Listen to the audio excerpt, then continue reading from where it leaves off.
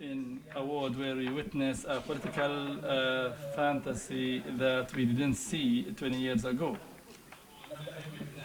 We open the TV, we don't see if there is a president who's making a speech or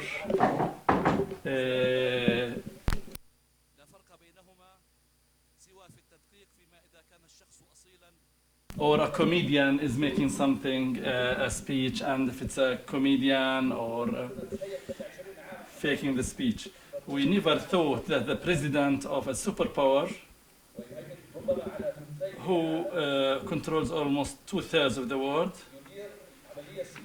is managing the peace process with tweets. He even appoints and dismisses his ministers through Twitter or through tweets. And from an Arab perspective, this fantasy, we never thought that a minister, the racist minister Mary Reagan, who proposed at the Knesset the law or the bill to prohibit Azan, justifying her proposal that Azan is similar to the barking of the dogs.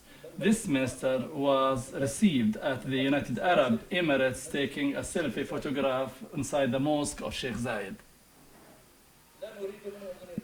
We don't want them to show solidarity with the Palestinian people,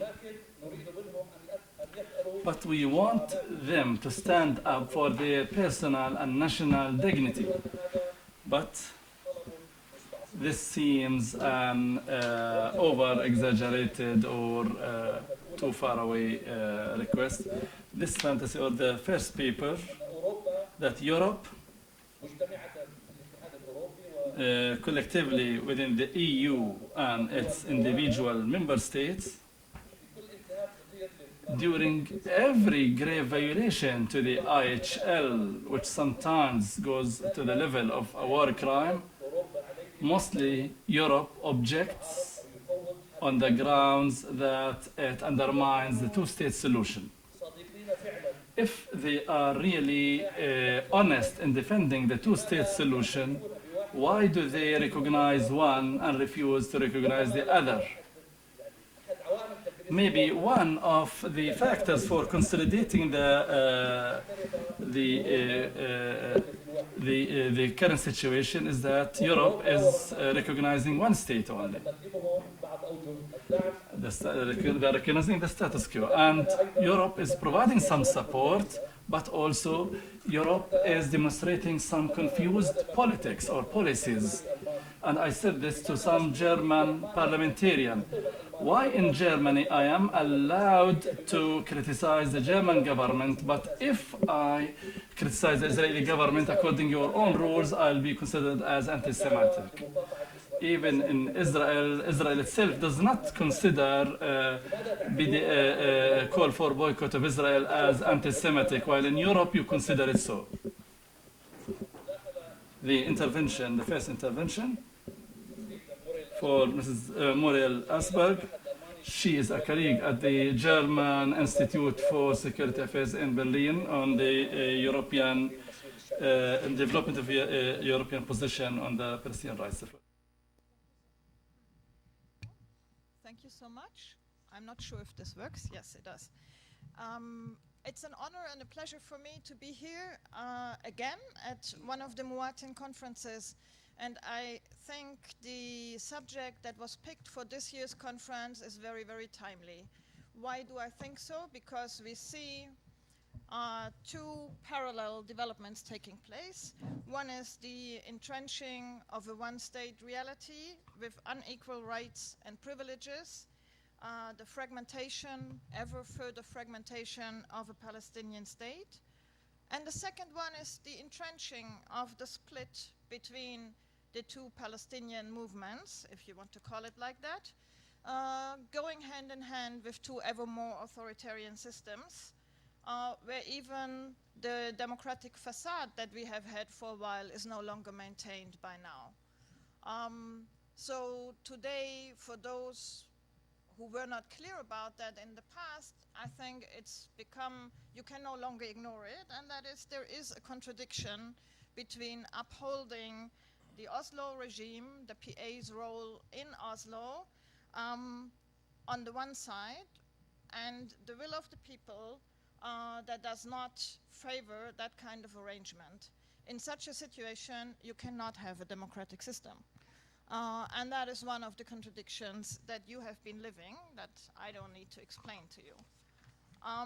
But, and here we'll get to the questions you put on the table, what is the European role in that? When we look back at the last few years, we see that the EU and its member states, don't seem to have had any meaningful impact. They have remained in the backseat. They have given a picture of disunity, and they have been very ambivalent about where they stand, for example, on the two-state approach. So why is this the case? Where do the divisions among the EU member states come from? And what impact do the policies of the government of Israel actually have in that regard? These are the questions I would like to answer in my intervention. So what I want to do is very briefly look at the European approach, then go into the factors that limit the European capacity at policymaking, especially with regards to the situation here. And then thirdly, go for a short outlook. Where are we headed? Actually, when we look at European policies towards the Middle East, Israel, Palestine, then I would claim this is one of the few policy areas where actually the Europeans have quite a well-defined, a detailed, and a consistent stance, starting basically from the 1980 Venice Declaration and going on until 2016 Security Council Resolution 2334, for which the European language was actually very essential in shaping that kind of arrangement. So Europeans have a policy. They do agree on the parameters how to solve the conflict.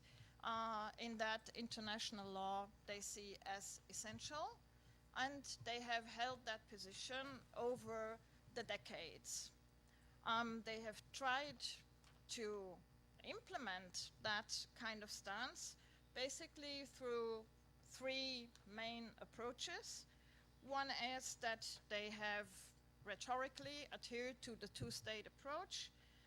They have since 2012 implemented so-called differentiation policies, and that includes the labeling of settlement goods or the indication of origin of goods that come from Israeli settlements in the West Bank. They have, secondly, lent financial support to the Palestinian Authority, to the Palestinian civil society, to UNRWA, and thus have tried to help support the Palestinian project.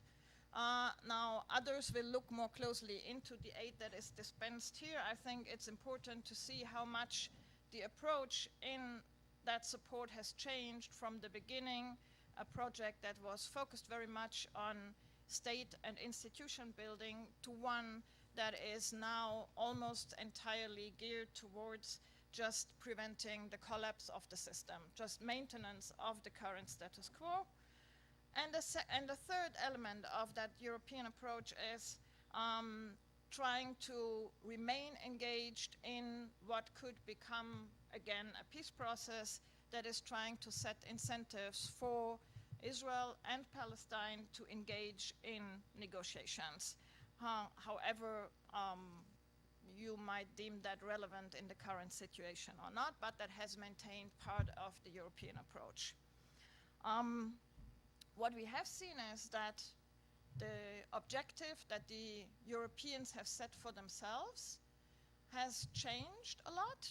In the beginning, in the first Oslo years, the Europeans were focused in contributing to the achievement of a two-state solution, what we see today is the aim of maintaining a two-state option on the table, and even that objective has been completely failed, one has to see. They have not been able to maintain that option on the table. We see it slipping away day by day. You might say they have had temporary successes, very short successes, for example, contributing to preventing the eviction of Bedouins from Khan al-Ahmar. That was one such small success. But with regards to the larger trends, I don't see that they have had any kind of impact. That brings me to my second point. Why have they actually not have a more prominent role? And thus, why have they not been able to influence the developments on the ground? I see four main factors that play a role here. One is that the EU and its member states from very early on have generally refrained from challenging the US administration as a chief mediator. That has traditionally been the case. And actually there are good reasons to do so, because the Europeans would not be accepted by both sides as an honest broker. So to play that role, the Europeans are not in a position to do that.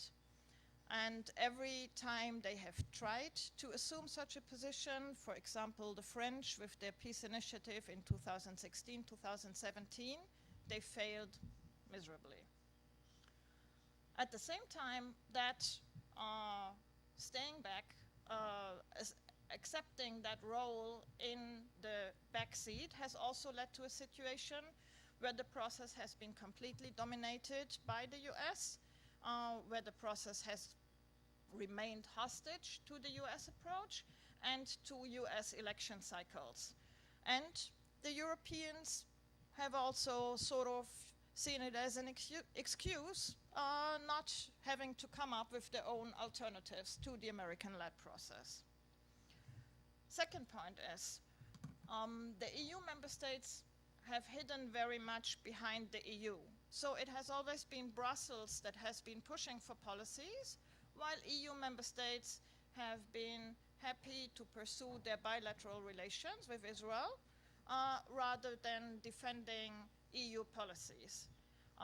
They have not consistently followed up on what was decided, what they have also agreed to. For example, differentiation.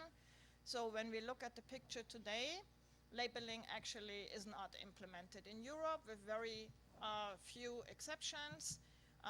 The territorial clauses that should be part of every agreement with Israel are hardly there. So the picture is not one of consistent implementation, and thus one that would send a clear signal to Israel, or to the Palestinians also. More importantly, I would say, or as important, is that the EU member states have not defended EU policies and have not defended the EU High Representative against all the smear campaigns that came out from the government of Israel, and have done nothing actually to strengthen her with regards to these policies. Third point that plays a role here is that among EU member states, we don't have consensus. That is nothing new, that has been there for a long time. We don't have consensus, we have consensus on what we call the acquis. We don't have consensus on how to move forward.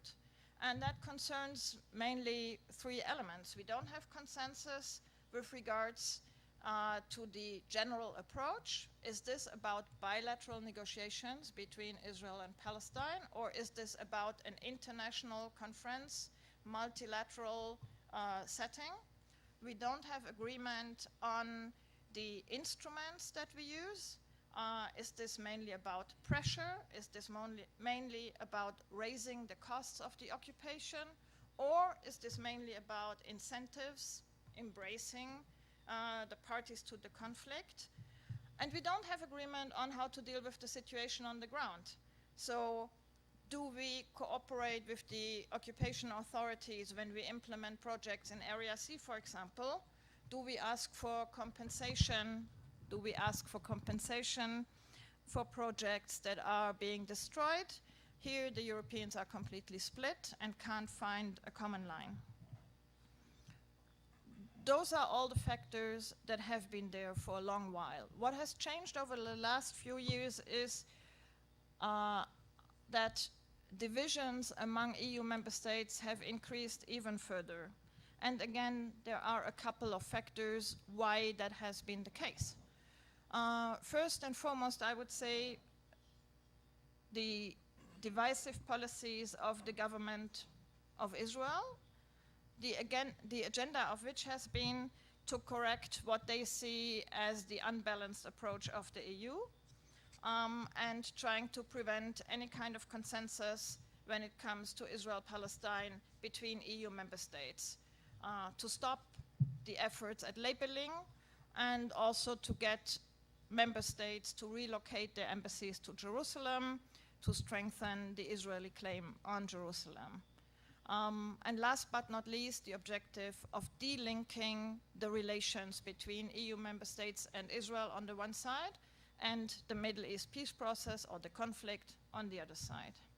So basically, they have employed three main elements in trying to achieve these objectives. The first one is, and that was and is mainly implemented on the level of the Prime Minister, trying not to work with the EU, but trying to work with several blocks of countries within the EU, trying to find shared interests with them, see where they share values, see where they have similar perceptions of domestic and external threats, and also try to bank on frictions that are there between EU member states and the EU.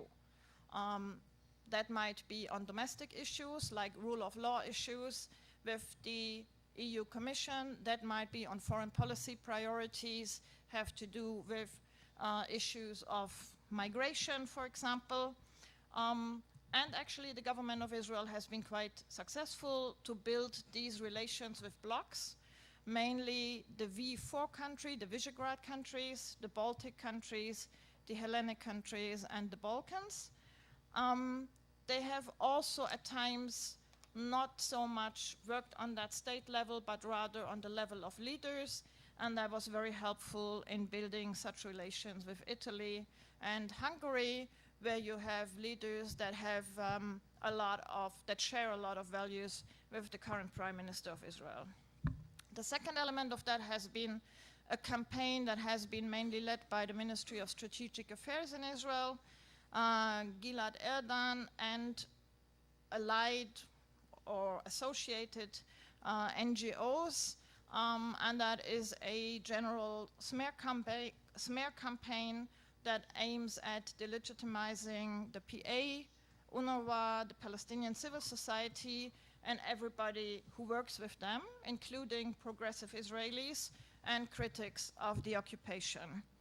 And that actually has been quite successful, I would say, in putting supporters of Palestinian aspirations on the defensive and make them busy with all the accusations that come, rather than being able to set the agenda themselves and work on positive and constructive issues.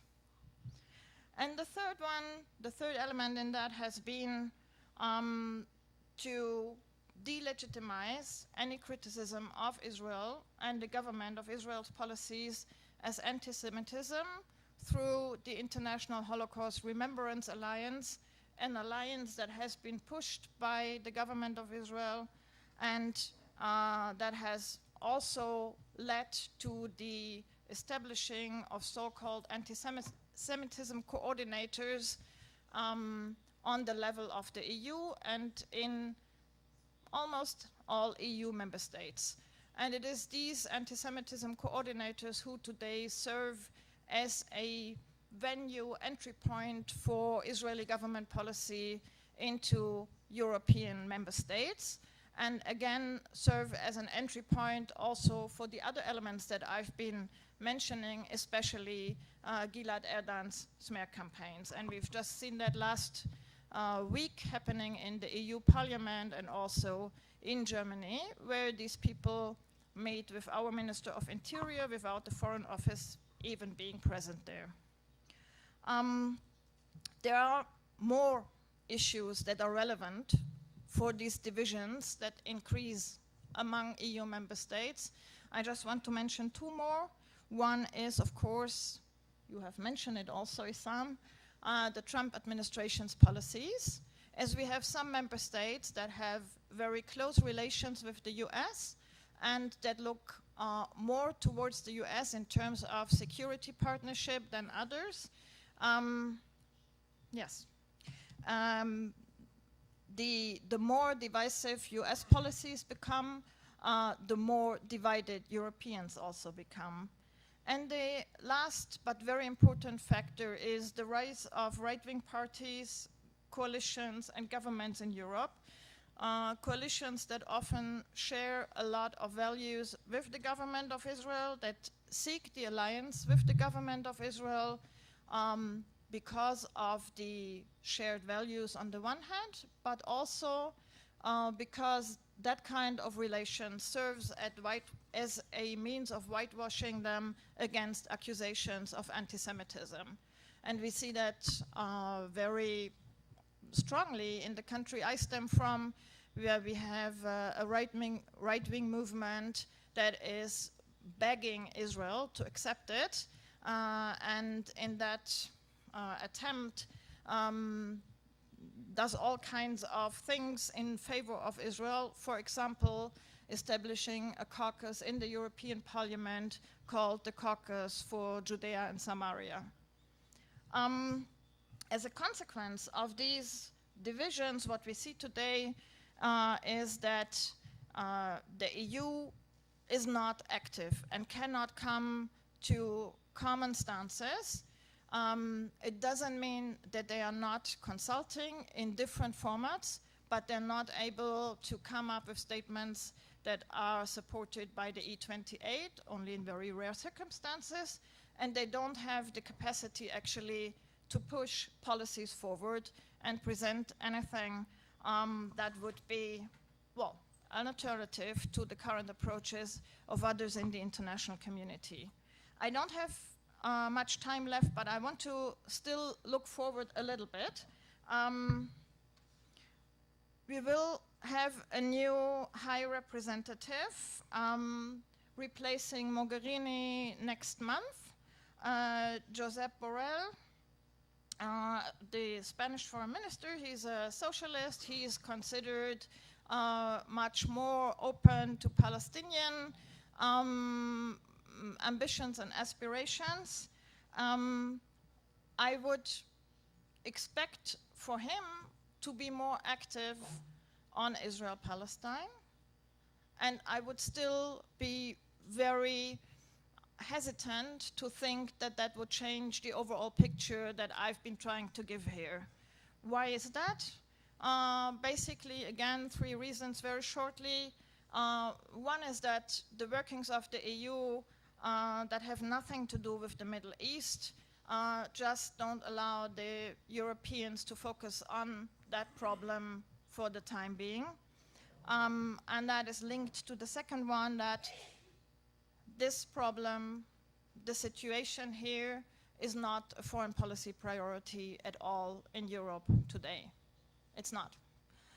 And the third one is that the policies of the government of Israel that I've been just describing are, I think, set to go on. And the institutional structure that has been put in place in Europe through these anti-Semitism coordinators and the allied lobby organizations will see to it that it will become ever more problematic to have a reasonable discussion in Europe about the situation here and the way forward. And that, unfortunately, brings us to a situation where what Muda said in his in his introductory words is not going to be fulfilled, in the sense that Constructive change is not going to come from Europe. If you look for somebody to induce that, don't look to Europe. The EU might be a partner for stabilization. It will not be a partner for liberation.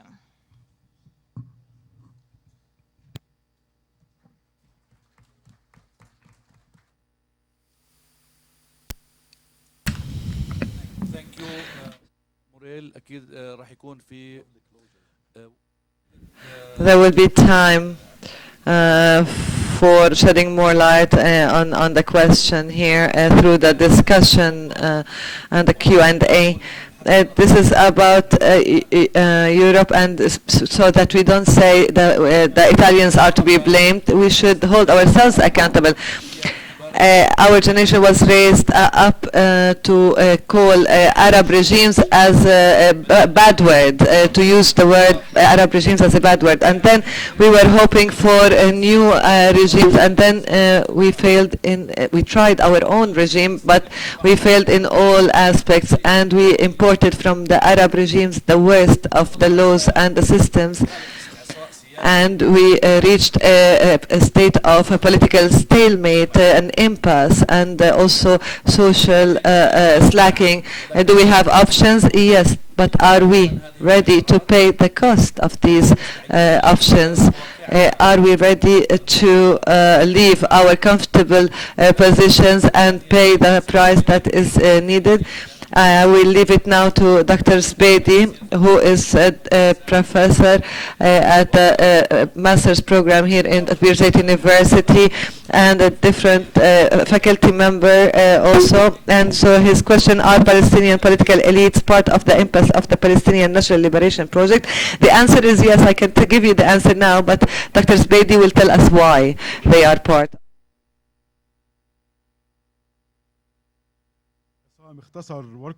Some summarized my paper actually, or answered it right away there and then. Allow me to read, I will have to read from my paper so that I'm able to say everything I wanted to cover in the time allocated to me. One intervention, one presentation as this one will not be capable of covering all aspects of the discussion and the controversy regarding the impasse or the several impasses of the Palestinian National Liberation Project. This paper will focus on a specific aspect that is reflected by the following question: are the Palestinian elites part of the impasse of the Palestinian National Liberation Project? This important question entails a hypothesis that there is an impasse that the Palestinian Liberation Project is undergoing, and this impasse that does not allow national salvation in terms of independence and freedom, and that there are specific reasons for this impasse. Some has to do with the negative role of the Palestinian elites, whether by what they did in terms of their actions or lack of action of these elites. There are several questions that we can be raised here, whether or not the national project is in a case of impasse. This is something very evident and is preoccupying the minds of many, but it is how to approach elites and understanding a complex situation such as the Palestinian situation. And this is something that I would like to clarify further before talking about the relationship of the elites with this impasse.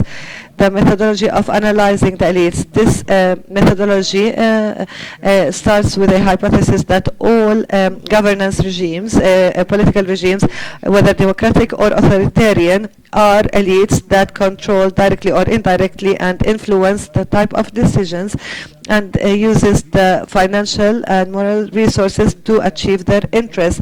These interests that do not necessarily all the time correspond with the interests of the public.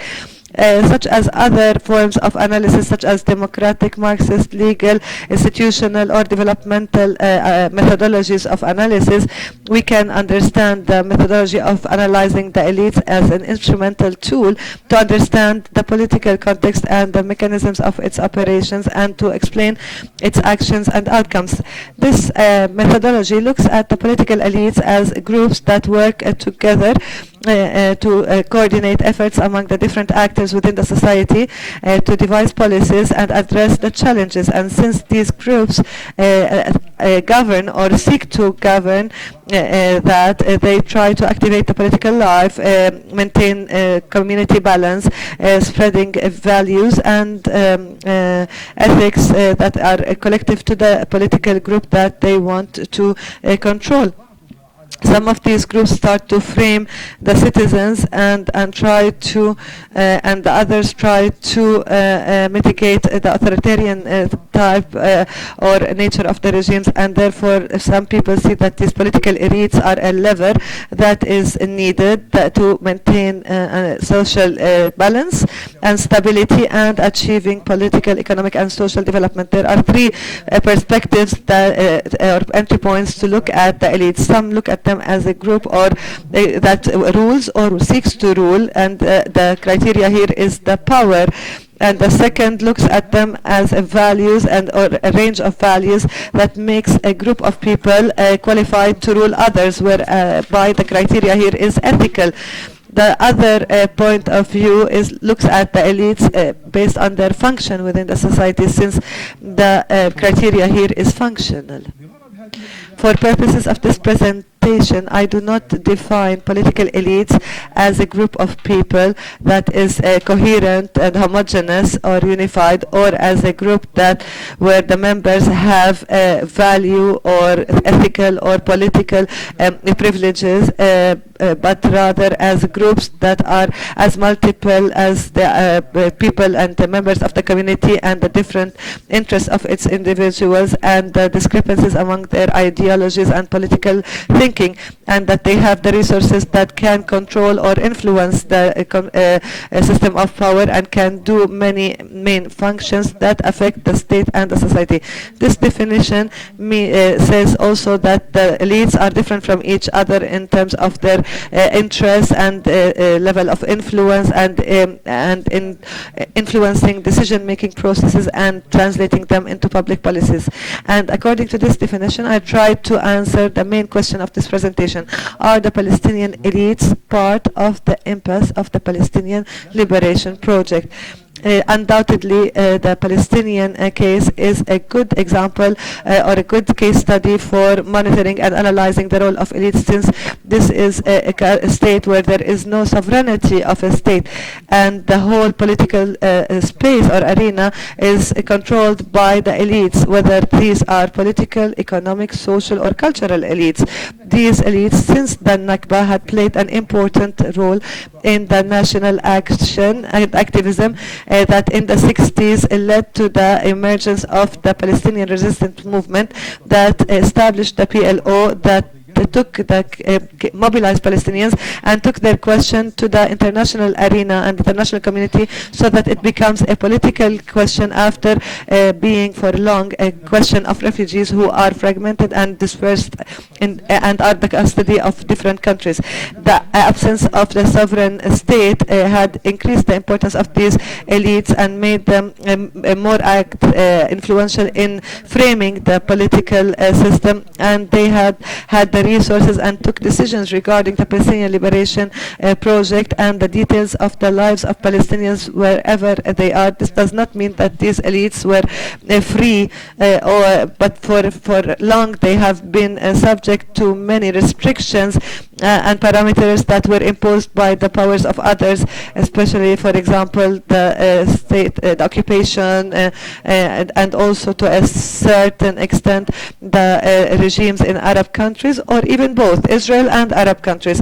Regardless of our opinion about these elites and what decisions they took, it is important to analyze their journeys in terms of their ideologies, values, tendencies, and circumstances for their establishment, their activities, their roles, and its relations internally and externally, and the implications of all that on their role in terms of the failure of the national project.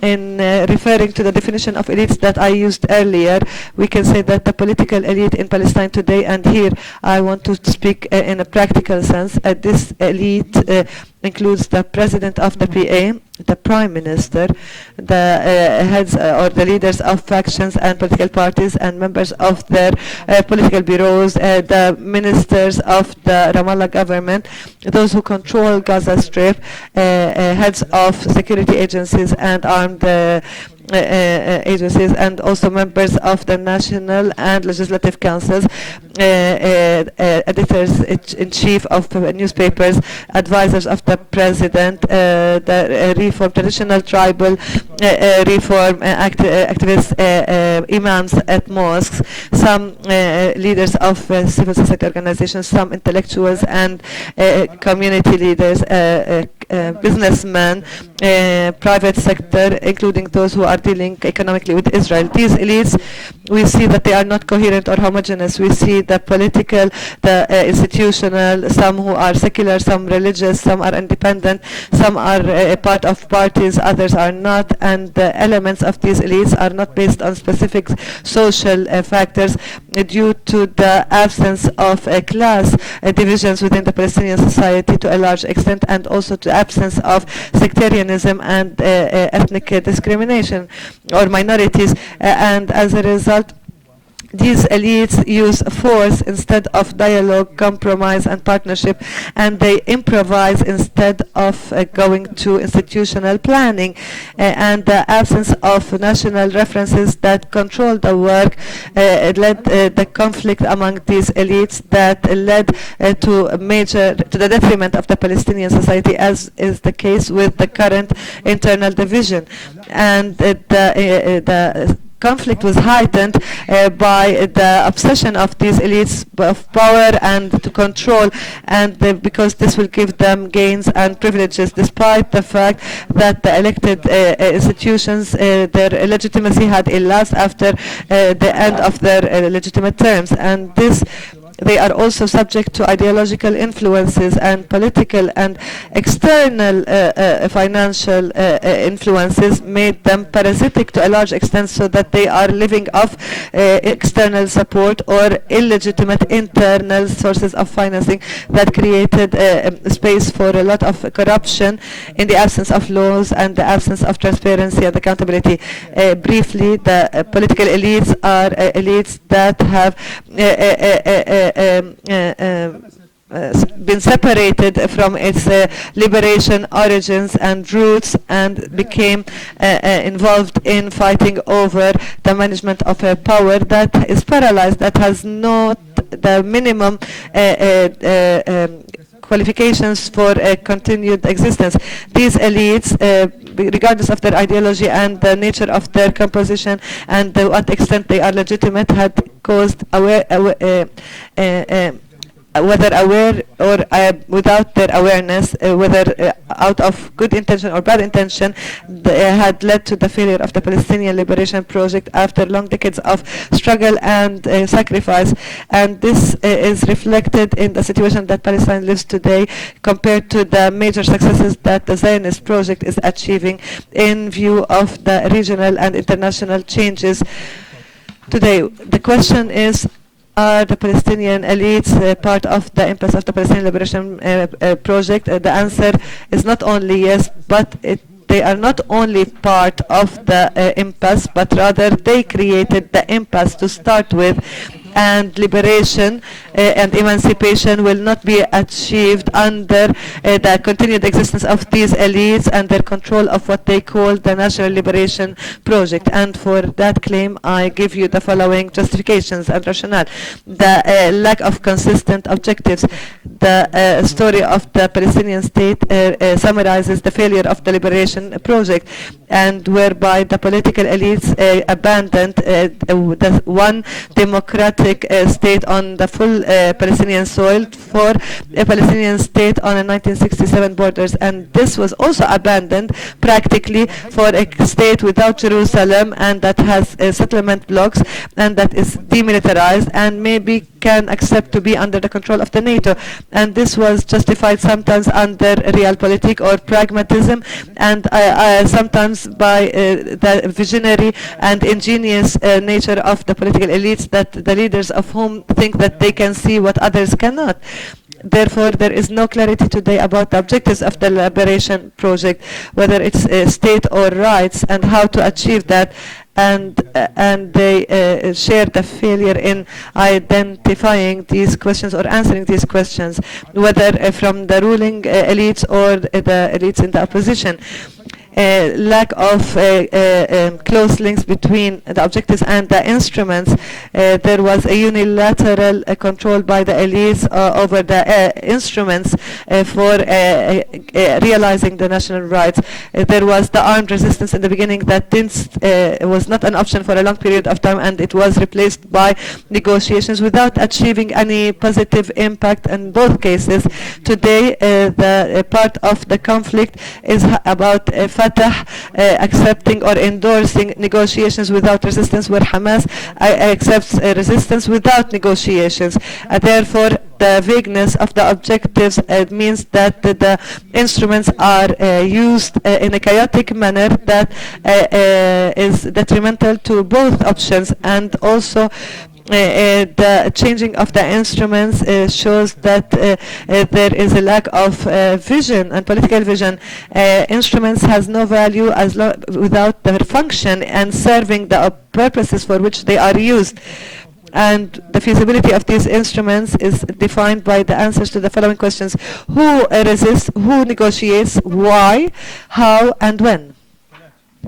Third, putting the private interest over the public interest. The elites have historically put their factional visions at the account of the national collective vision, and this led to armed conflicts, internal conflicts, as happened in Jordan, Lebanon, and Gaza, and led to deepening the discrepancies, whether ideological or political or even personal, among the Palestinian factions, and the factions had weakened the Palestinian political system as a whole, in the PLO, in the PA, in the society, and we see where power sharing and also a lot of corruption as a result of that. The large extent of the weakness of the PA and its fragility today is as a result of the exhaustion of this authority after being controlled for so long by one faction, Fatah in the West Bank and Hamas in Gaza, and where the two parties have turned their back to everything else in terms of what is collective and national objectives, putting the personalizing things over working as an institution. And for a long time the political elites ran the national affairs as a personalized matter, and we see where personalizing all the work has affected or came at the detriment of the institutional work. Otherwise, how do we understand such terms as like Al-Hakim, the wise man, the spiritual father, or a leader with the size of a homeland, and all these kinds of terms that come close to some kind of sacred, holy person that make their people, the people who are given these titles, people above any kind of accountability. Also weak belonging or affiliation or membership of political factions. Belonging to political factions in Palestine in general, it was not as out of national interest, but neither in the past nor today, but rather for private gains. And this led to static hierarchy within the movements and the political parties, between the elites or the aristocracy of these political parties in the leadership entities, and between the rest of their members. Despite the fact that the political parties and movement take from their popular constituencies and bases a base for the mobilization and support, yet they don't give these members any important roles within their movements, and this leads to a kind of procrastination within these parties, and leads to lack of accountability and review and assessment, as well as there is a failure to develop culture and national identity, because these parties are not working on promoting these identity and the cultural national culture, because they put their own interests over the public national interest. The absence of democracy. Democracy is not only elections, it is much deeper than that. But even if we accepted that democracy is only reflected in elections, we can see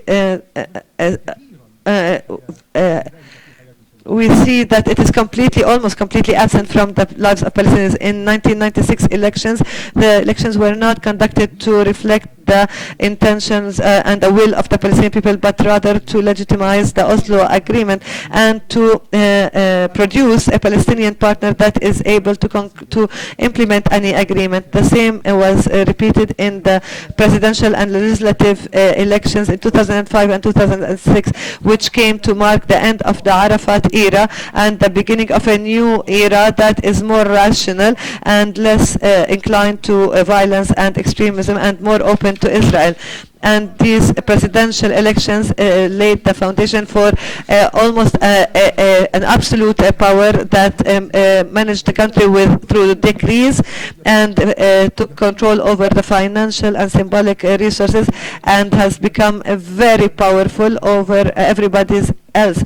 And this is not legitimate. The legitimacy of the president has elapsed for years now, whereas the legislative elections came also to reveal the fragility of the Palestinian democracy, because people did not recognize the results of the elections internally, regionally, or internationally. And it means now that the continued control of the current elites is not defined by their legitimacy or what achievements they make, but rather the satisfaction or non-objection of Israel and the regional and international actors to what these elites are doing in terms of functions and tasks. 7. This association of the elites between the elites and the people on the one hand, but also among the elites themselves that are fighting for control over power, and what programs and resistance initiatives are requested on the other. And here we see the deepening of the division and the state of loss that the elites are undergoing in terms of their factions and parties and civil society organizations, and this is reflected catastrophically in terms of managing the conflict with Israel. On top of this disassociation and detachment, there is also the siege, unemployment, poverty and fragmentation, but this does not affect the elites, and they continue to promote whatever they do as a victory. The marginalized role of the civil society organizations, the situation of civil society organizations is not much different from that of the PLO, the PA, and the parties, because it has also internalized many of the authoritarian and favoritism practices, as well as lack of transparency and corruption, and they are also a reflection of what the donors want, and they have become also spaces for corruption, and they are not less dangerous than the political elites. Both of them are outside the control of the government or the society or the donor countries. To conclude, maybe it's very important to remind that one of the reasons for establishing the PLO in 1964 was to unify the Palestinians, and this has been achieved after the PLO became a very important entity for every Palestinian and was able to represent them. But today the situation reminds us of the situation of loss that Palestinians felt in the beginning of the 60s. Palestinians are fragmented and are internal dispute inside the Palestine and outside of it, and therefore the question do they need a new movement as they had in the beginning of the 60s? Can this resurrection happen through elites that have failed to achieve the minimum of what was supposed to be achieved? Hasn't the time come for these elites to be referred to retirement? And if they don't do that voluntarily, and they will not, is there a way to force them to retire and leave the place to others? And this is a question that all Palestinians need to. لا بهمش Thank you. Thank you, Bassem. في حالة الركود Thank you. In case of recession that we are facing, we need that type of questions. Maybe we can change something. The remaining two papers have to do with the with the international support for the Palestinians from the donor institutions and countries. It indicates that since the establishment of the Palestinian Authority until the year 2018, around between 35 to 37 billion US dollars. It's not known how many were for the national budget or for investment in the infrastructure or through international organizations and UN organizations or private sector or civil society institutions, or for those that were delivered in suitcases and continue to be so without passing through the banks. Otherwise, how can a corrupt person to run away with $2 million in cash? This discussion evolves around the results or effect of these funds. And we all know that this money is provided through a restrictive environment in the absence of freedom of movement and sovereignty and control over resources. One figure only, our water that Israelis steal from us, we buy from them $200 million in a year. In 25 years, we paid $5 billion against our stolen water. So each dollar that enters in support for us, I don't know how many cents that go to Israel. Part of the money that came was invested in roads for the settlements or joint roads or used by the Israelis. It's time to reconsider this issue and to speak openly and maybe to seek to correct the compass. Now, Mr. Jeremy Wildman is from Perth in Britain and Ottawa University in Canada. He has research about external policies and Middle East and critical development and human security and donors in Palestine. Mr. Jeremy, the floor is yours, sir. Thank you so much. So I'm just going to follow up for a minute on your comment about water. At one point, I read a blog by the World Bank giving advice to the Palestinians to look at Israel's management of water as how they could manage their own water system with a profit. They took it down eventually. I think they figured out what they did wrong. So can you hear me now? Better? Okay. So I think most people here would agree that international donors have had a great deal of influence on the Palestinians. I think I'm speaking to a room that'll agree with this. So recently I carried out a study that focused on the perceptions of 9 of the major donors. I did this at the University of Bath. I looked at the period 2010 to 2016, and I looked at about 80 of their reports. I did a keyword analysis. I looked at how many certain words I looked for. I counted how many times they were mentioned, and then how they were used. I'll get into what some of those keywords were. First, it's very important to note why would I look at the reports, and why would I look at the donor aid reports? Because they're political. Those reports reflect what the donors think about Palestine and how they perceive Palestine. The 9 Western donors I looked at were the United States, so the dominant political force, the European Union.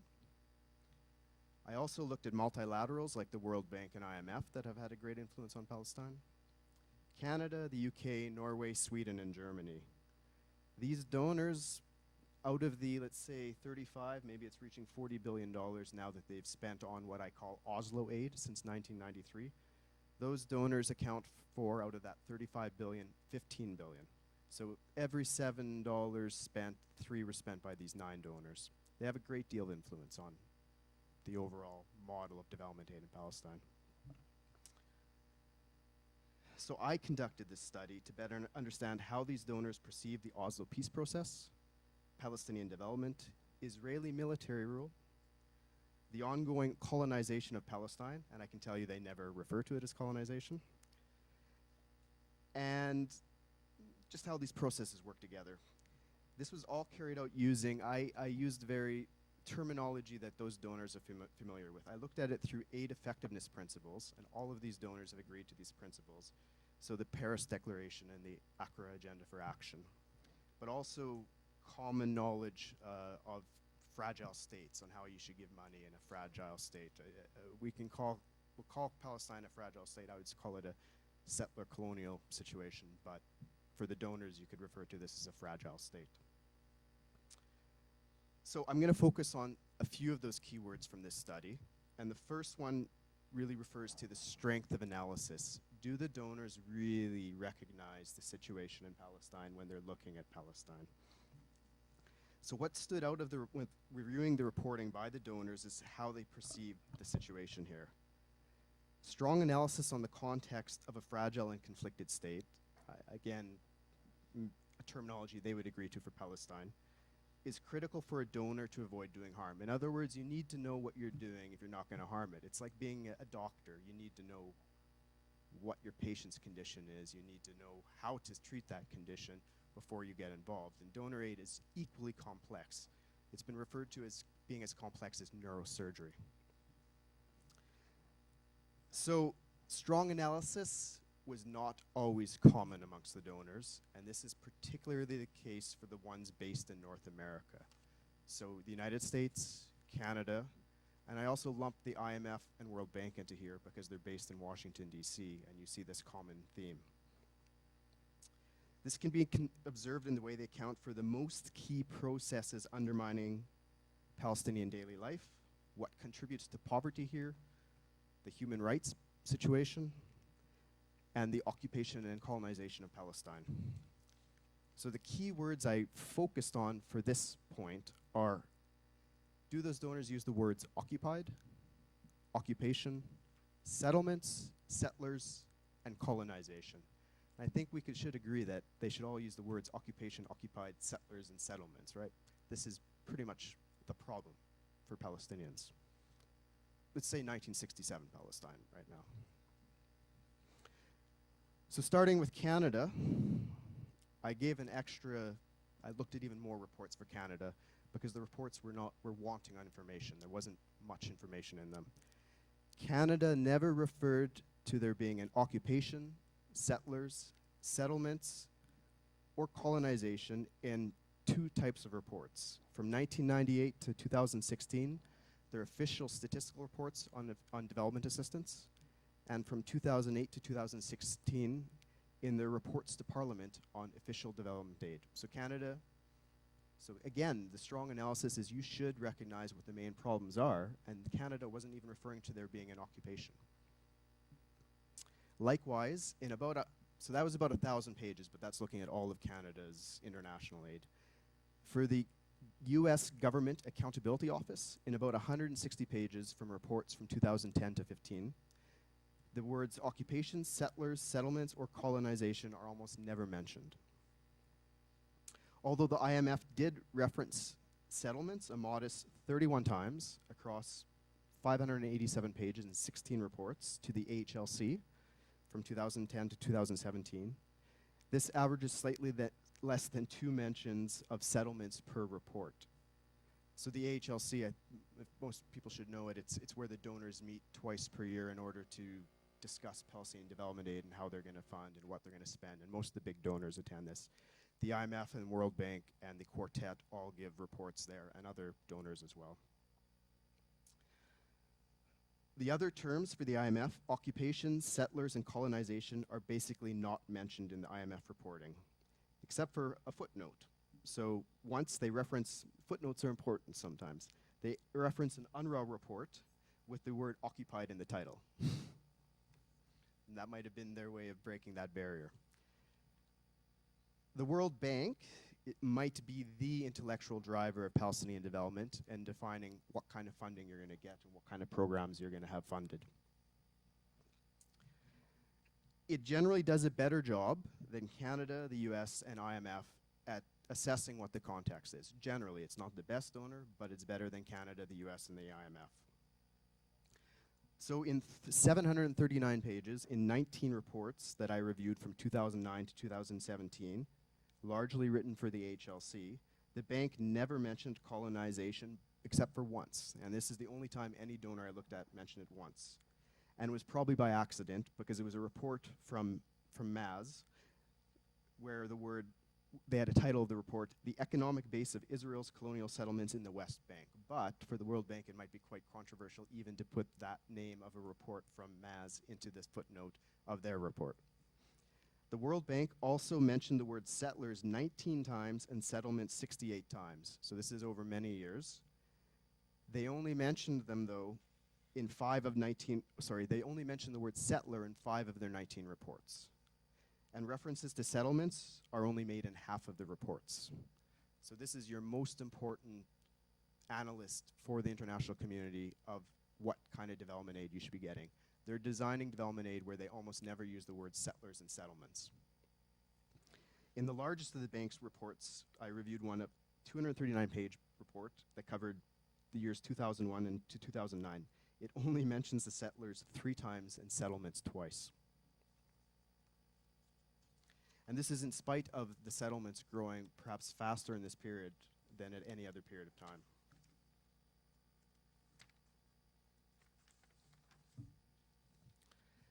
Meanwhile, the bank rarely mentioned that there's an occupation or occupied territory, even though both are internationally accepted terms. Further, those references to the term occupation often came up from a reference to a report title, like I mentioned before. And references to the occupation almost completely disappear after the year 2012. So if you're reading the World Bank reporting after 2012, you might not know there's an occupation of Palestine. So the result of reading those 4 donors' reports is that you might think, oh, things are going well, the occupation's pretty much ended in Palestine, or there's other problems for poverty in Palestine. So this contrasts with the Europeans. The Europeans were much more likely to use the contextually accurate terminology when describing Palestine. Although the Norwegians rarely mentioned settlers and settlements across 236 pages of reporting, they did mention the occupation 116 times and occupied 27 times. So if you're reading the Norwegian reporting, you realize occupation is a problem. With the EU, it referenced settlers not often in 199 pages of reporting from 2000, and I only looked at 2 years, 2014 to 2015, but they referred to settlements 57 times, occupation 72 times, and occupied 163 times. So it's impossible to forget the context when you're reading the European reporting. In only 199 pages, they basically mentioned Palestine is occupied on every single page. The Swedish reporting was particularly sophisticated. I looked at 183 pages from 2012 to 2015. Again, they didn't reference settlers a lot, 8 times. They did mention settlements 33 times. They mentioned the occupation 53 times and occupied 41 times. And the UK stood out compared to Canada and the US. In 32 pages from 2011 to 2015, they referred to the settlers 12 times, settlements 17 times, occupation 7 times, and occupied 11 times. Okay, I gave a lot of statistics, and we're all like, what this guy's talking about, right? The main point is the Europeans always mention that there's settlers, settlements, and an occupation. When you look at the reporting, it reflects that the Europeans understand the situation here, and you don't lose sight of the main problem in Palestine, settlements and occupied. With the North Americans, they don't look at occupation as the problem. How am I doing for time? Fantastic. So I'm going to look human rights. I'm sorry I'm going to give numbers again like this. The study is up in Arabic. Aid Watch Palestine was able to get money to translate it to Arabic, so you can look at all of the breakdown. But looking at the US, they did not mention Palestinian economic rights in any of their reports. And of the 10 times they mentioned human rights, 4 were about Israeli human rights when they were talking about Palestinian development. The Canadians likewise did not mention Palestinian economic rights. They only reference human rights vaguely a few times, like we like human rights. The IMF brought up human rights once and economic rights 9 times. Once again, the World Bank shows more nuance with 18 references to human rights and 9 to economic rights. This is still relatively little for conflict that's defined by extreme violence and human rights abuses, and one in which the peace-building model has been connected to economic growth. So what you're seeing with the North American-based donors is that they don't really want to talk about human rights, and even though the entire Palestinian development model is based on economic rights and economic growth, they don't want to talk about economic rights. It's even remarkable that the IMF and World Bank hardly talk about economic rights. By contrast, Norway, and it was about 200 pages of reporting, referred to human rights 214 times. So Norway clearly saw human rights as an issue for Palestine. The EU, in 2 years of reporting and 199 pages, referred to human rights 400 times. So this is more than all of many more times than all of Canada, the US, and IMF combined in much less reporting. Meanwhile, the EU referenced economic rights 30 times. Again, the UK is different than its North American cousins, referring to human rights in 32 pages 49 times. The UK was not concerned about economic rights. The Swedes displayed a deep concern for human rights, referring to human rights 511 times. So the common point again is that amongst the donors, the Europeans are very clearly concerned about the human rights situation in Palestine, and economic rights doesn't play in as much. The North American ones, World Bank, IMF, US, Canada, they're not going to mention human rights more than they have to. And the US, of course, was concerned about Israeli human rights in talking about Palestinian development. So I looked at a lot more keywords like that in the report. You can look up for, and I also made profiles of the 9 different donors in this report.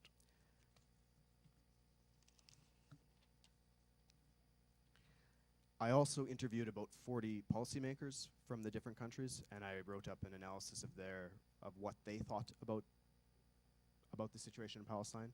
And there was a gap. You could see North Americans, and I often found this with some Canadians, or especially when they had quit their job recently, they'd clearly understood what was happening in Palestine, but what they wrote in the reports reflected the politics.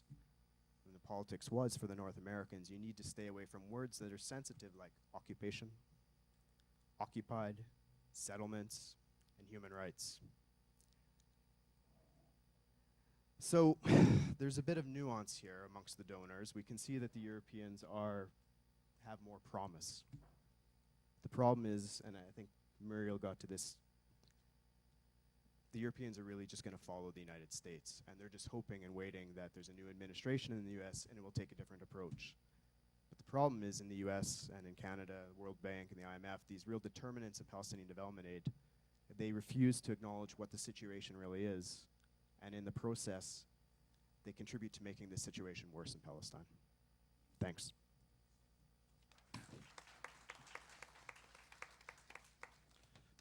Thank you, Jeremy. The fourth paper about international aid to Palestine, and I think it will complement what Jeremy started. We have Mandy Turner, who's the director of a British Research Institute in East Jerusalem that focuses on understanding the strategies of international aid and donor policies. Hello, can you hear me? Is that on? Yep. It's always very difficult to go last in a session and in a day, because either there's nothing else to say or everybody's asleep or's left. So this is a difficult task. But what's been great about the other papers here is that there's been a lot of nuance and a lot of detail, and so I'm going to be very blunt in my comments and try and keep them brief, because I'm sure you're all falling asleep. So basically what I want to first want to say thank you to Muwatin for inviting me here. I don't normally speak in Palestine. My research is for an external audience, largely because I feel like Jeremy, the language needs to be changed.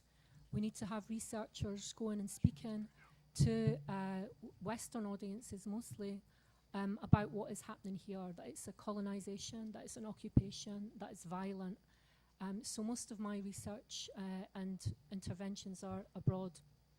So thank you to Muwatin, they persuaded me to come and speak. So I think, as I say, I'm going to keep my comments blunt. I think it's time to get real. I think Israel's going to annex the large settlements in the Jordan Valley with United States support. East Jerusalem will continue to undergo processes of Judaization, inverted comma. Gaza will remain under house arrest. And the grim situation in Gaza could perhaps be a very bleak prophecy for the future of Palestinian enclaves in the West Bank. Donors will not voluntarily use economic or diplomatic pressure against Israel, either because of their own deep connections with Israel or because they want to suck up to the Americans. The generosity of donors is eroding. Palestinian Authority budget support declined by 50% since 2013, and there's been a sharp decline in aid since 2016. And there's a lack of alternative approaches. I call this no plan B. I recently did a lot of interviews with mostly Western donors, but some Arab donors also. And they still use the language of the two-state solution, of state building. And although they often talk about the window closing, the window's been closing really they've been talking about this window closing for the last 15 years. But they don't have an alternative approach, which in development terms is a travesty. In any other aid context, donors have a plan B. They don't have one here. So what will remain in this context? There'll be some humanitarian aid. There'll be security aid for sure. And there'll be modest aid for economic development. Now, all of this will be underpinned by an aggressive counter-terrorism agenda that restricts Palestinian political behaviour. It's another layer of pacification techniques that complement Israel's more blunt, violent and bureaucratic counterinsurgency operations. And stabilisation's always been an underlying principle for aid here, but it's become absolutely dominant now. For American and many European Union donors, this is actually embedded in the language and practice. And we see this actually in the recent restrictions around the tightening and expansion of anti-terror certification systems. We see it around the issue of the Martyrs Fund. And we see it in the tightening and expansion of funds to NGOs who support the boycott, divestment and sanctions movement. And donors will admit, if you push them far enough, that basically they're given aid for stabilisation, awaiting a peace process that will produce a state. So there's a huge gap, as we know, everybody's talked about it here, I'm not telling you something you don't know. There's a huge gap between political rhetoric and political reality. Donors are still talking about statehood. Europeans, the UN, the Palestinian Authority are still using this language. Now, the Americans have smashed the kind of rhetorical consensus, if you like, on the two-state solution with their announcement of East Jerusalem as the Palestinian capital, and obviously all the withdrawal of aid and restrictions imposed on the Palestinian Authority. And we could say that this is maybe the final nail in the coffin. But actually, I think we need to date this, the final nail in the coffin, really back to 2012 and the failure of the Palestinian, what was called the 194 campaign for full membership of the United Nations. Sovereignty is an absolute principle. It cannot be earned. So if the Palestinians could not even get support then from these donors for sovereignty, then it's even less likely now, given Israel's increasing bilateral relations with more African and Asian states. They have had a charm offensive in Africa and Asia to get more support there. Now, if the PLO could not count on enough states to support its bid for sovereignty back then, I don't think it's going to get much support now. So, in the absence of sovereignty, can international aid and donors play a progressive role in what is clearly a situation of settler colonialism and apartheid? Now, others have outlined here that the current agenda of Western donors is highly negative. It's focused on stabilization. There's no challenge to the American agenda. The European donors are making some slight changes related to giving to funding to advocacy and legal NGOs, but this is referred to as being under the radar. We don't want to talk about it too much. And we heard from Jeremy about how the language doesn't actually define what the situation is here. Now, the Gulf Arab donors give a lot of aid here, but they're not really challenging this framework either. All the other donors are falling in behind the Americans as the dominant third-party actor. So it's really business as usual, despite some rhetorical dismay from some of the donors.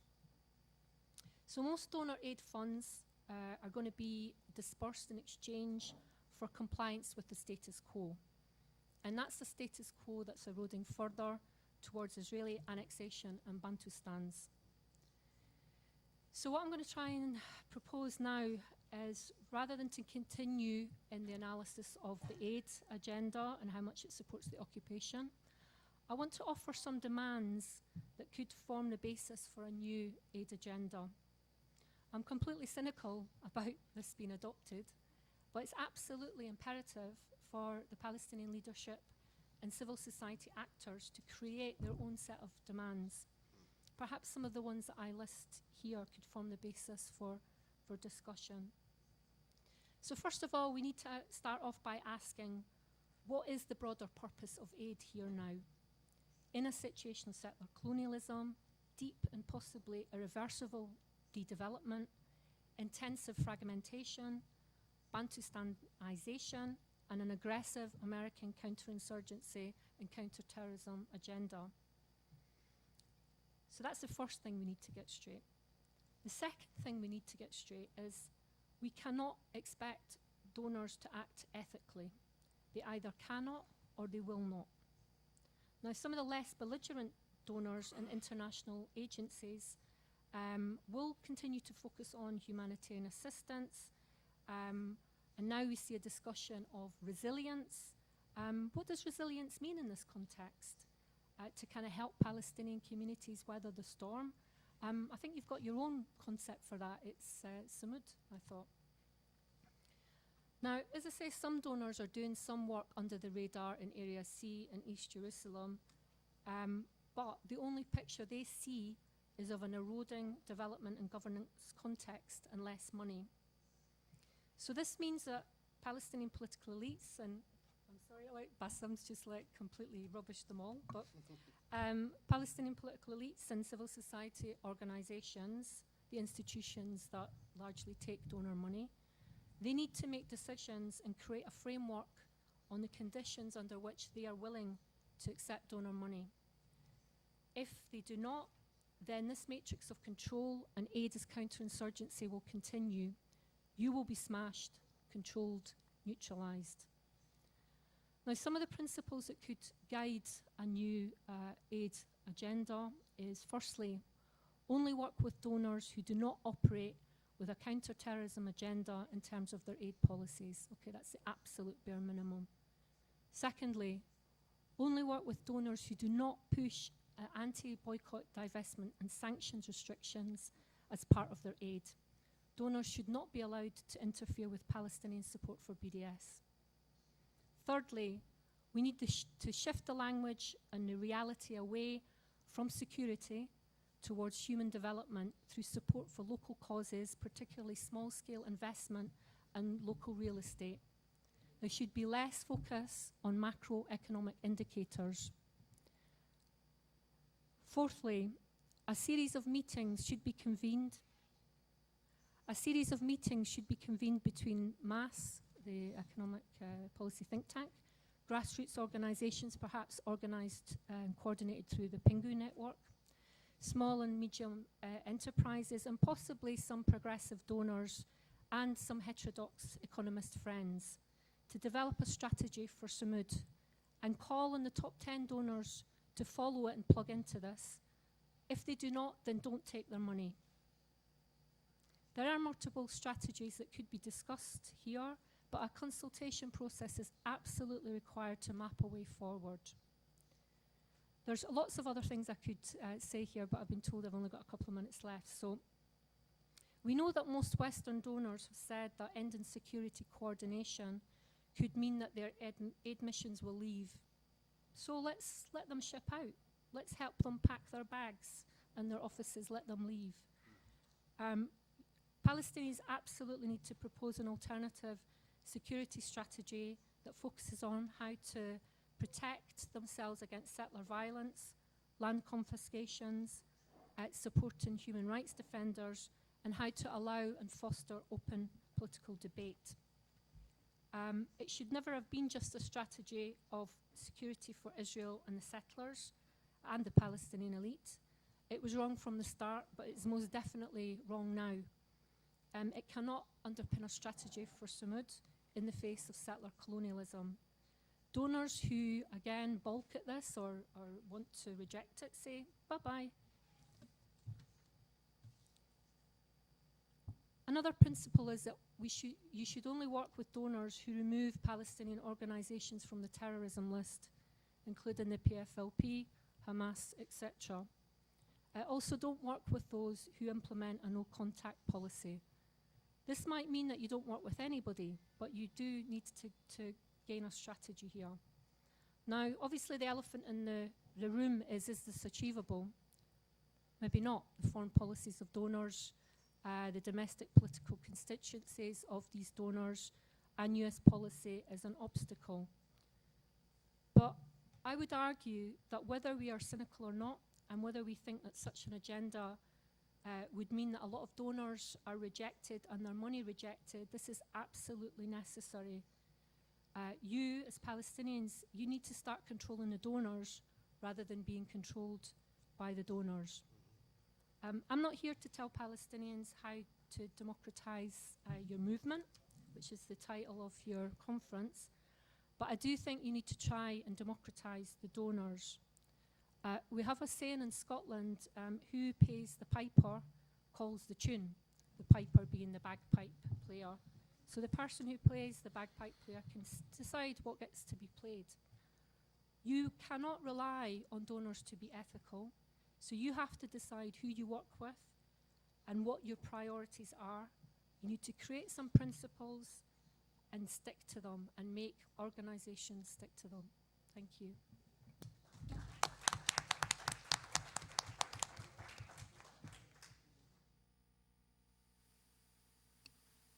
Thank you. شكرا جزيلا شكرا جزيلا Mandy. As we promised, we will open the floor for discussions and I'll take names. Those make interventions can introduce yourself. We'll give 2 minutes for each. 1, 2, 3, 4. Go ahead. Elias Baboun, President and CEO of رئيس YDF NGO. YDF NGO في فلسطين. I would like to speak in English because the majority of the panel here. أريد أن أتحدث English. Whether we like or not, the result of the final election of the 2006, the result was that the movement of Hamas was defeating not Fatah just, it was defeating the PLO, which means that the current mandate is with Hamas. Now, I would like to see if the donors are targeting Hamas with the American hospital and the financial aid who bypass the PA and the understanding between Israel and the labor who pass to work in Israel. What we would like to see if the century, deal of the century was deal with Hamas. Thank you.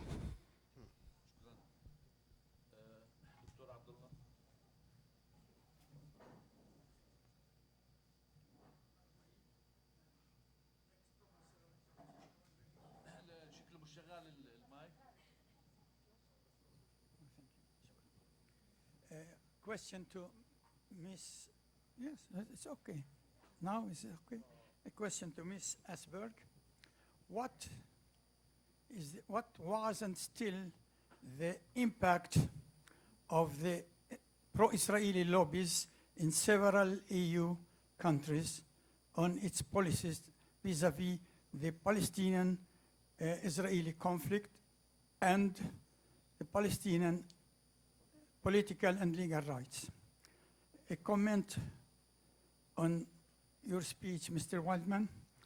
In fact, the Israelis accepted that they are occupying power in the number 3, in the military order number 3, which was issued the 7th of June 1996. The same minute they entered Bethlehem and Jerusalem, the same day, the same minute. That means that they were preparing it in advance. So they accepted that, mentioning that they will bind to the rules of the Fourth Geneva Convention. Three and a half months later, the 22nd of October, they deleted this acceptance, and they deleted it from a new military order.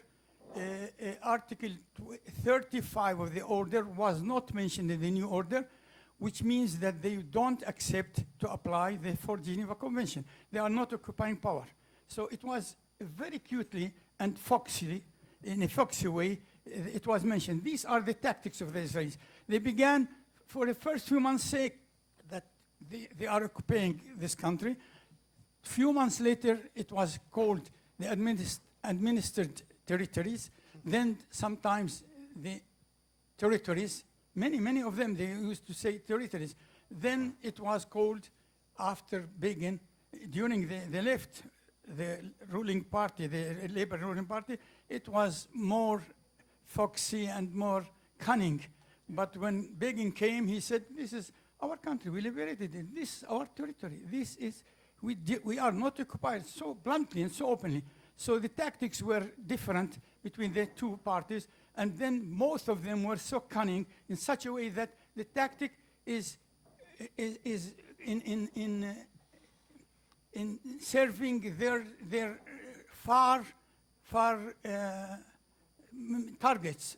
You know, but everyone, I knew that from the early days, I knew that this is their target, that this is not occupied. But many of our rulers, they didn't understand that till now, a few years ago.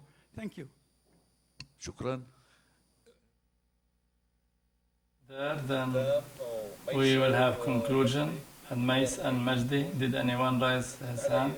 I'm sorry, sir. بسم الله الرحمن الرحيم. By the name of God, ختم الأستاذ باسم زبيدي Mr. Basim Zbidi concluded مقالته his بسؤال article متسائلا asking, هل نحن are we بحاجة إلى need بعث for a new revelation, يتحقق ذلك and will that revelation be achieved at the hand of a group that has failed or obstructed the national liberation?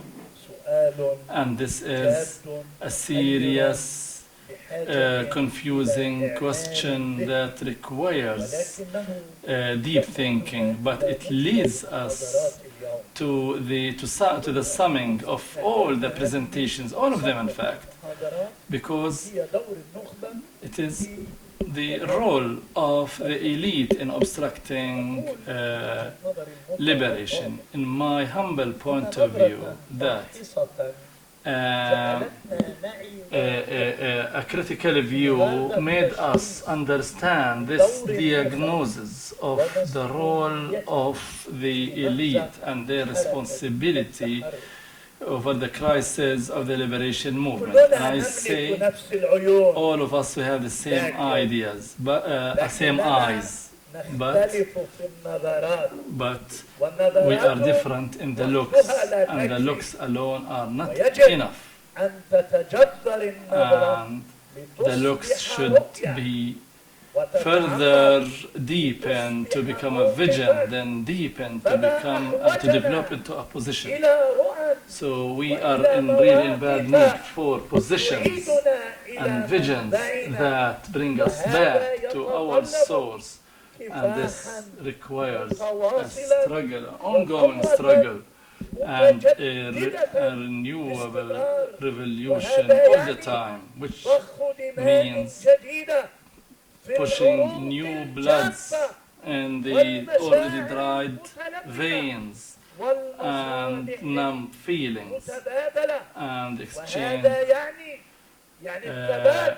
interests. We want steadfastness. We don't want a revelation. We need to stand for our principles. I'm so sorry, we can't speech. And to give up. He's asking him to sum up and for the tactics. And we should not keep running after Mirage while we paint holes in America. America cheated us. Same thing. Elections failed. Please, we agree to yourselves. We cannot keep listening for speech. So you give a speech and you go home, and people will they need the time.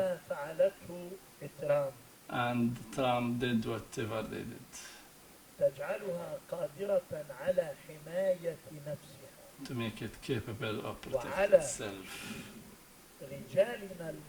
And for our lousy men whose feelings, so let's respect people's time. Please, sir.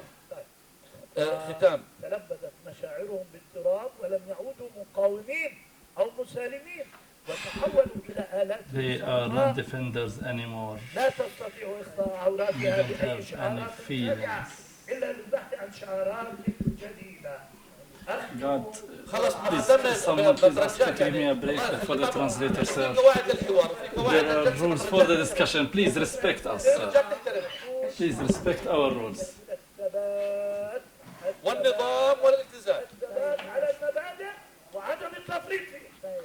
You're just repeating words, sir. Thank you. God.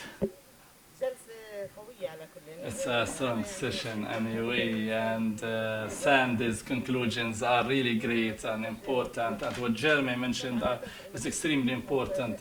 It was not really surprising to me about the role of the European Union, and and the role of the European Union is poor. The issue is in the intervention of Mr. Bassem. I really was expecting something totally different from his intervention.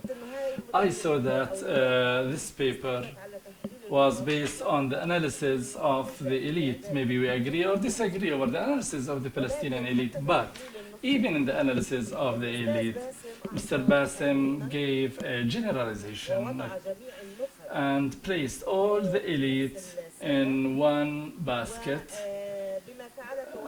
with what they did or what they didn't. And this is unjust. This is not realistic. We need a more in-depth analysis. Also, he gave a general conclusion about the failure of what he called as elite, although some what he called as elite are not elite. They could be pioneers, they could be martyrs, fighters. He ruled that they totally failed. And my question, if we are totally failed, I'm not defending anyone. I never accepted to defend anyone who is a failure. Why are the Palestinian people are still steadfast and demanding for their rights if we are failures? Number 3. The shallowing or summarizing it in 2 parts only, the Palestinian conflict, 2 actors, because the power relations within the Palestinian society and the level of targeting and affecting has affected the structure of the Palestinian elite. And I request Mr. Bassem to clarify this. Thank you.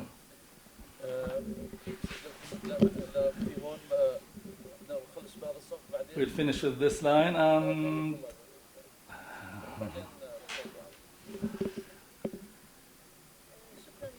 thank you, Mr. Bassem. Yes. Thank you for your paper. My question is short about the last paragraph of the abstract. In reading about the ongoing situation, who are the actors who could be basic actors in the Palestinian situation now and could be candidates for forming part of the elite that can be developed in the Palestinian society in the near or the far future. ولدي سؤال آخر. Thanks for your abstract. I just have one comment which is related to a question. By using your word for the recommendations, the last recommendations that you Palestinian, you should. From my own experience, I think the Palestinians, they already know what they should do. And in every strategic planning or vision that is submitted from NGOs or ministries for the donor countries, we have the visions and the plans that is going with the building the Palestinian state. What about the recommendations for the donor countries towards their vision, change of strategic planning for the Palestinians? Thank you. One short comment, sir. If you want me to make a speech, I can make a speech. My comment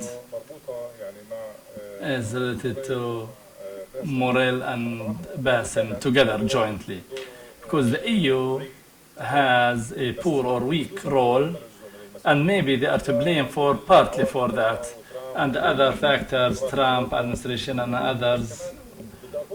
But I need to connect this with Bassem about the role of the elite and Palestinian policymakers. Also, they are responsible for this. The EU and the EU Parliament, there are interest groups, there are lobbying groups. But I need to clarify one thing. The Israeli team that works in the European Parliament are 100 people, compared to one lady recently appointed there as a minister. And the ministry in Belgium there, they are targeting, our ministry there are targeting here, and almost they are preventing her from working. So this has to do with what Bassem is saying about the role of the elite and the failure, our responsibility over the failure that we have. Thank you. Mr. Nabi from Al-Quds Center for Legal Assistance for Human Rights. Just simple one. I think part of the Palestinian elite is the Palestinian political parties and who heads them.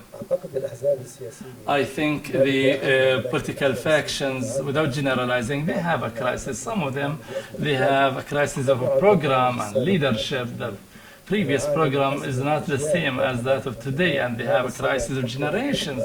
That's why their elite, their leadership remains as it is. But my short comment here is that the partisan affiliation was not there for political, for personal affiliation. I agree totally with the paper in general, but political affiliation since mid-70s or late 70s until Oslo, the factional affiliation had that national factor, but the fault was that the programs changed, the priorities changed, and the policies changed for these factions, and we don't have any more an interest in the social sectors that they should be defending. Maybe in post-Oslo, the partisan affiliation has an interest because when you are affiliated to the ruling party, you get a job, you get decision-making positions. So this is something that requires more clarification from Mr. Bassem.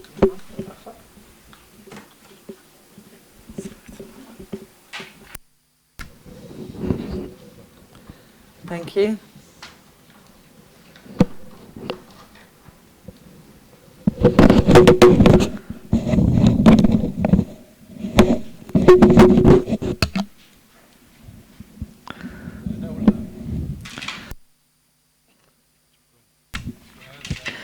My question is to Muriel. I don't think there's a Palestinian who asked the EU to liberate Palestine. I think this was something that I didn't really appreciate as a comment, but the EU can refrain from treating Israel with a preferential treatment or give Israel preferential treatment, and we don't want them to stop importing Israeli products, at least suspend importing of Israeli products until there is more equal treatment with Palestinian products. In terms of Germany, I don't think that Germany needs to send their German army to be trained with Israel on drones.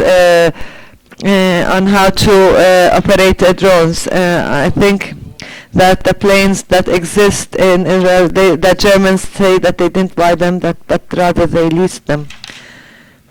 Germany can refrain from doing that. I think there is a historic error that is harmful to the German people and to Arabs as a whole, because we are from Semitic origins, and that is to call any criticism of Zionism as anti-Semitism. I think this is the very dangerous shift that the Bundestag has taken, and the decision to fight BDS. Even some of the Green members of the Green parties and the left parties agreed to boycotting or like banning BDS, which is a peaceful liberation movement. Mr. Awad, the last intervention, and then we give each of the panelists 3 minutes to try and respond to the questions that were directed at them. Thank you for the presentation, especially regarding the donors. I think that there is a strategic opportunity for Palestinians, and it exists, but we don't see it maybe since donors are supporting things and trying to keep the status quo, and as if they are continuing to support until facts change on the ground, or as if the deal of the century is coming because they were unable to impose a solution on Palestinians despite all the internal problems. They went to the region in order to get the region and the Arab countries to impose and pressure Palestinians to accept the deal of the century, and therefore the strategic opportunity, if we look at an approach or methodology of colonial settlement analysis, each colonial settlement situation wants to be a normal state, and I think Israel is undergoing this change, and this is very sensitive period for them, and any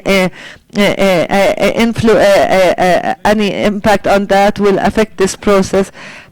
And so instead of waiting for it to happen de facto on the ground, then we stop that process, and then I think Israel is in the most critical situation now because they want to become a normal state. They want to normalize their relations with everyone. Anyone that wants to normalize relations with others because they consider themselves as abnormal. And based on the security ideology of the Zionist entity, there are provisions that don't exist in any other country.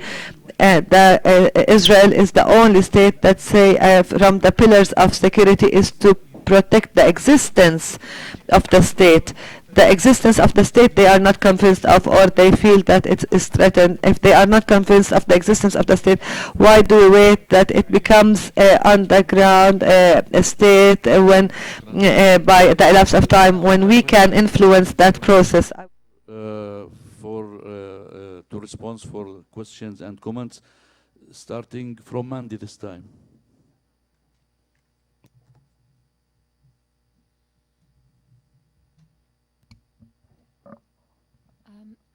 So I'll just respond to one question which I think is the most important from the lady here.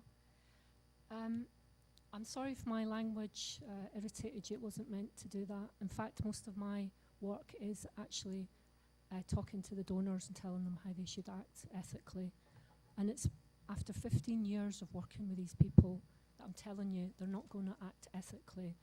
I think that the Palestinian people, be that the elite, along with civil society organizations, have to decide who they are willing to work with and what kind of principles you're willing to take aid on.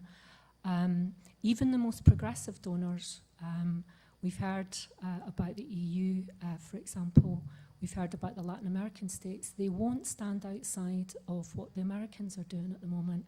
And I don't think that we can sit aside and wait for Trump to be impeached. I think he's shifted the debate in America massively.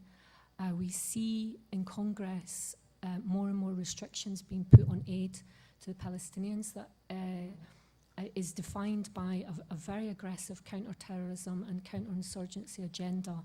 So while I will continue to tell the donors that they're acting unethically and tell them that they should be doing X, Y, and Z, I really don't think that we can put out any hope for them acting ethically, hence why I suggest that civil society and political elites decide under what conditions they're willing to accept aid, because otherwise you're going to be controlled by them. Thank you. Basim? Thank you.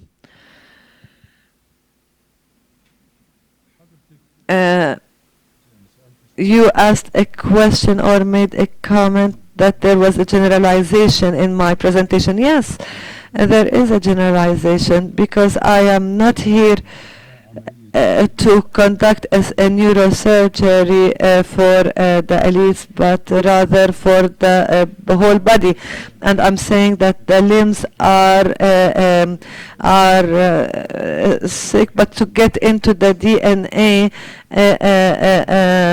this is not my purpose. My purpose was to give a general overview of the elites that affect the public affairs based on the fact that they have the power.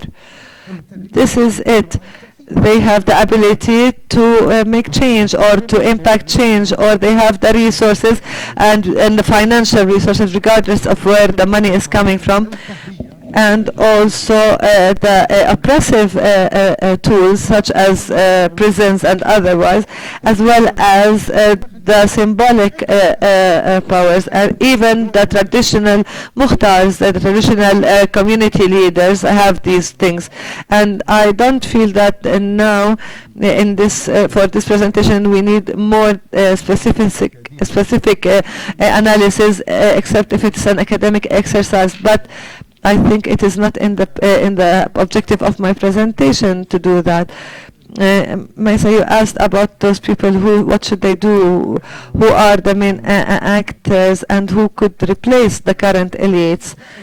I am saying the actors as actors, as main references, they're still absent, but their work speaks for them, and it is clear everywhere. And I claim that these levers, they have a credit with two categories, who are first the orphans of the factions, many orphans from the different factions, and those who are looking for families and or people are lost. The opinion polls show that people are looking for something new and that they are disgusted with the elites that exist now. And here we need to be, somebody needs to capture this, because many times there are many people who are trying to encroach on this, starting with the banks, Rawabi, and anyone between them. Everybody is trying to move in and to take over this Palestinian space that is promising. We became agents for banks. We are not freedom fighters anymore.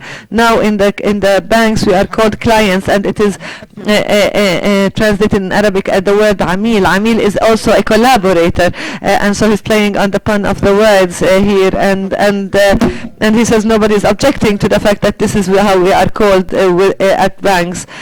I agree with you fully. There is something that to mention that the Palestinian faction historically had oligarchies, meaning that there are the public and the aristocracy. There were always privileges, and this has always opened the space that the sense of belonging to factions or the drive for belonging to factions is a result of wanting interest. I know that the privileges were modest before Oslo but became scandalous after Oslo. Yet this contributed, in my opinion, that these parties and factions that whose members are joining for two purposes. They have in their subconscious the homeland, but also the other direct interest is to have jobs and to have money and to have privileges. But we lost both. We don't have good privileges, nor do we have loyalty to the national project, and this explains the orphans of the factions, otherwise the disgruntled members of factions or who were bored and left their political factions. And we see every now and then some kind of movement and mobilization. People are looking for a way out. I think this process of labor, if you want, it is the process that precedes the birth, the emergence of new elites. But who are going to be these new elites? Nobody knows. Thank you, Bassem.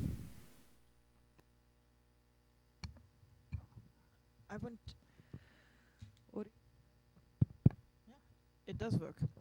I would like to go back to the question about the impact of the pro-Israel lobby.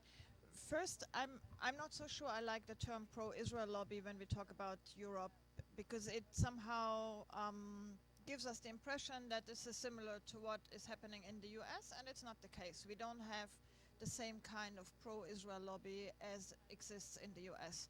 We don't have large Jewish communities, we don't have large evangelical communities, and we don't have these organized voter organizations such as IPAC that have impact on our parliament.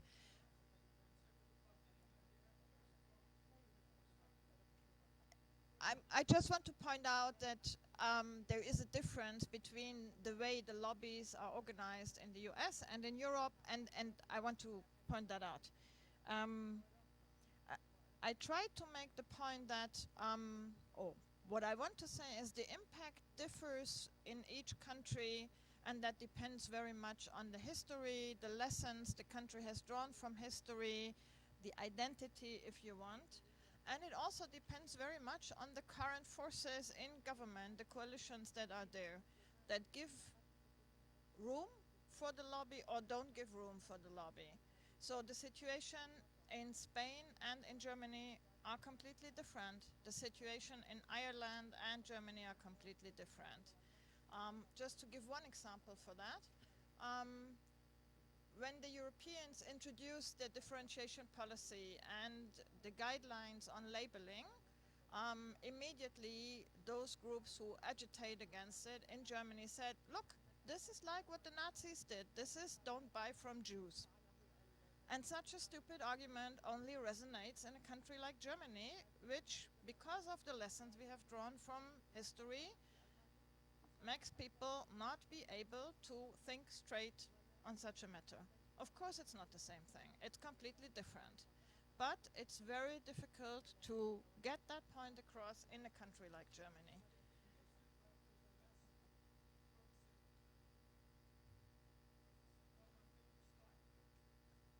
This means that even though what I said, that and Jeremy also said that Europeans get the analysis of what is happening right, they understand what is happening, they do actually say, we want to support the Palestinian right of self-determination. This is open what they say. So yes, it's about liberation.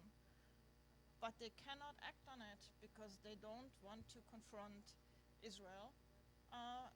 And They might criticize, they might put out statements, but they will not confront it, and they will not, now it works better, and they will not adopt anything that looks like punitive measures. And I would go much further than what you have said. It's not only about ending preferential treatment, it's about using the instruments that Europeans actually have at their disposal, but they choose not to use. And that would be making the occupation much more costly, instead of reducing the cost of the occupation for Israel. So that's not happening. One more remark on what you said about the historic error of the Germans. I agree with what you say on the motion that the Bundestag has adopted, but the historic error, according to me, was much earlier. And that was the way what Germans call the historical responsibility is framed.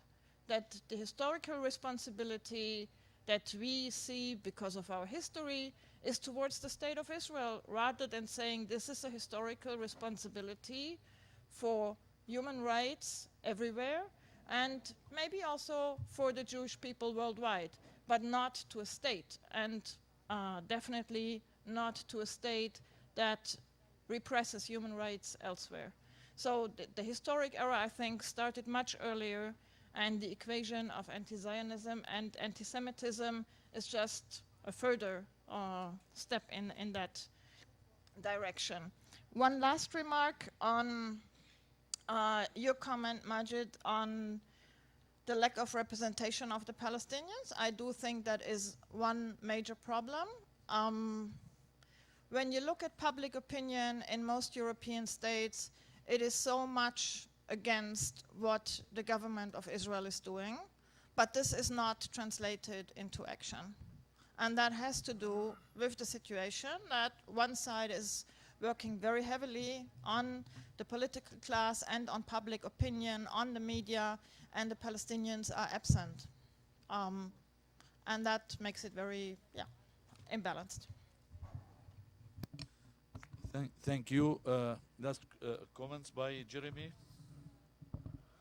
It's just a few comments. So I think it was, name was Dr. Abdullah, talking about terminology.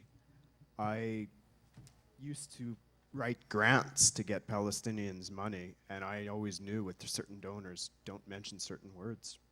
And at various times they erase occupation from all the documentation, so this comes and goes. Thinking about the role of elites, I think he's left, but the longer comment, we have a problem even in Canada where the public is largely pro-Palestinian at this point, many of the policymakers, many academics, but the elite represses the Canadian public and has maybe the most pro-Israel stance of any country. And finally, I agreed a lot with what Mandy had to say, and maybe that's not a surprise, but one of the things I did is I published my study in Arabic because all this information should be made available to Palestinians. Because in the end, I agree, you can't really trust the donors. In the end, the donor model's determined by the North Americans, and they clearly are supporting Israel to colonize and annex. Eventually, even if they won't say it, annex what's left of Palestine. Thank you all. Thanks for the translators. Some of the interventions were very difficult, papers were very difficult to understand in Arabic. I don't know how they managed to translate them. And we would like to see you tomorrow. And the coffee from 9:30 to 10, and the program starts at 10. Enjoy the rest of your day and have a good evening. Thank you.